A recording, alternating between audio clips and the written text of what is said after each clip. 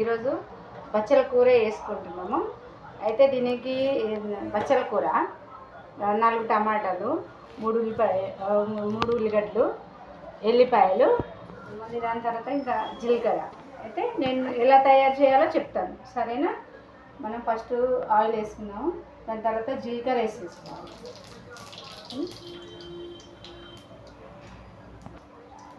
ఉల్లిగడ్డలు వేసుకోవాలి.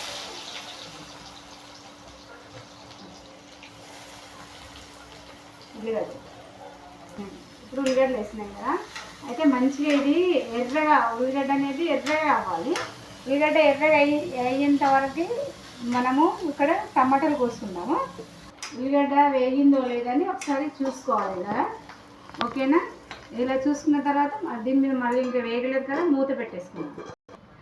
చూసుకుందాం మళ్ళీ ఇప్పుడు ఉల్లిగడ్డ ఎర్రగా అయింది కదా, అయితే దీంట్లో మనము అల్లం వెల్లుల్లి పేస్ట్,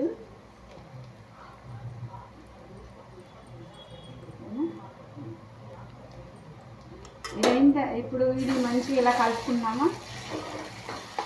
ఇలా కలుపుకున్న తర్వాత దీంట్లో మనము బచ్చల కూర వేసేసుకుందాం.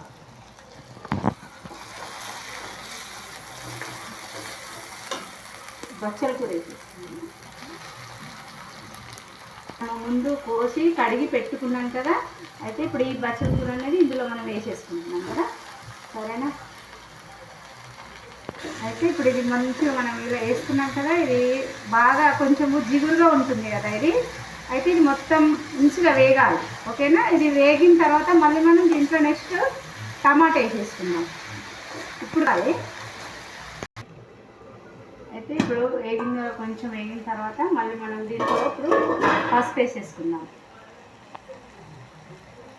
కొంచెం దానికి సరిపడా పసుపు వేసుకున్న తర్వాత కొన్ని కలపాలి. ఇలా కలిపి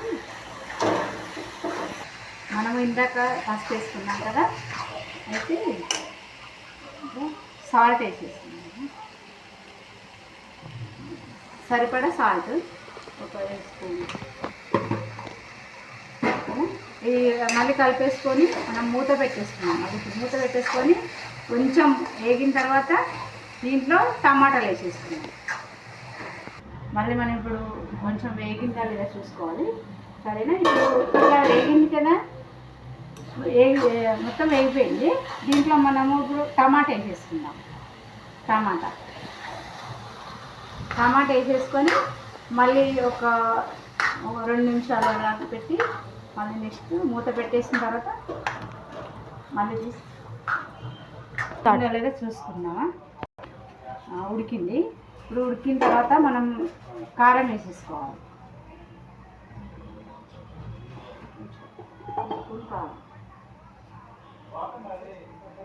అంటే ఎవరికి సరిపడా వాళ్ళు వేసుకోవచ్చు కారం.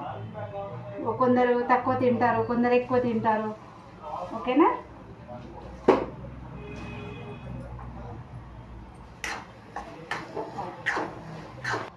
ఇప్పుడు లాస్ట్ వచ్చేసి ఇప్పుడు మనము కరివేపాకు, కొత్తిమీర ఉంటాయి కదా, ఫస్ట్ మనం తరిగి పెట్టుకున్న కరివేపాకు, కొత్తిమీర వేసేసుకో. ఇది వేసేసా ఇలా కలిపేసేసుకొని ఒక 2 నిమిషాలు మనం మళ్ళీ మూత పెట్టేసుకుందాం. చూస్తుంటే నోరు ఊరుతుంది కదా, ట్రై చేయండి. ఎలా ఉందో కామెంట్ చేయండి, లైక్ చేయండి, షేర్ చేయండి నా ఛానల్ని. Bye, thank you.